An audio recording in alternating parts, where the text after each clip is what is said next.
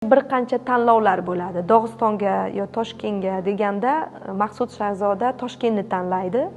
Toshkentga surgun qilinadi. 20 yoshida Toshkentga kelib, u Toshkentni ko'rib, birinchi o'rinda quyoshli o'lka ekanligini, san'atini, madaniyati, tarixiga qiziqib, hamda adabiyotshunoslarni, adabiy muhitni ko'radi-da. U o'sha orada adabiy muhitni ko'rib, O'zbekistonni san'ati, tarixini o'rganishga harakat qiladi. Mana shu tarixini o'rganib, Jaloliddin Manguberdi, Mirzo Ulug'bek tarixiy shaxslar haqida dramaturgiyaga qo'l urgan. Hamda uni adabiyotshunos, ham pedagog sifatida biz taniymiz. Endi Abdulla Oripov O'zbekiston xalq shoirining xotiralarida shunday yozilganki, Maqsud Shahzodani ko'rganda dilkash, so'zga ustasi, hazilkash inson bo'lgan, ko'zoynak taqqanlar-u, lekin ko'zlaridan bir ma'yuslikni ham sezsa bo'lardi deb ta'rif berganda. Maqsud Shahzoda agar shogirdlarini ko'chada ko'rib qolsa, birdaniga shu esdan chiqqanligini ko'rsatmas ekanda, yanglishmasam ism sharifingiz deb to'xtar ekanda, keyin o'sha suhbatdoshi o'zini ism sharifini tanishtirib davom ettirar ekan. Mana shunday so'zga ustaliklari, qachonki davralarda o'tirsalar, tashbihlarni har bitta so'zlarida kulgiga olib, o'sha auditoriyani o'zlariga jalb qila oladigan inson bo'lgan ekanlar-da Maqsud Shahzoda. Umrlarini oxirigacha institutda, pedagogika universitetda talabalariga dars bergan ekanlar. Maqsud Shahzoda bilan bir kuni Abdulla Oripov eski shahardagi bir Turon kutubxonasida uchrashuvga borganlar.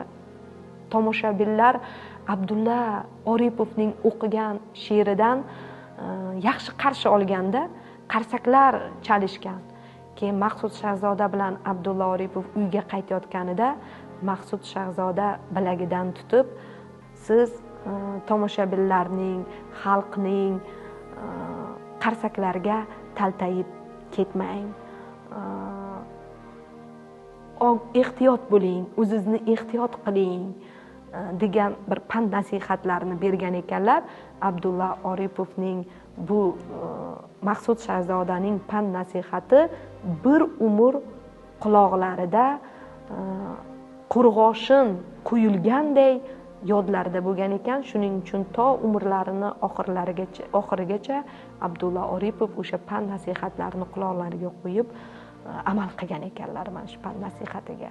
Maqsud Shahzodaning sakina ayollari, onalari 3 xonali kvartirasi bo'lgan qamalishidan oldin u O'zbekistonga kelib ham 20 yoshida kelib ham u yaxshi kun ko'rmagan, sababi uni qamashgan, lekin qamalishidan oldin 3 xonali kvartirasi bo'lgan. Qamalib ketgandan keyin uni 3 xonali uyi ham musodara qilingan.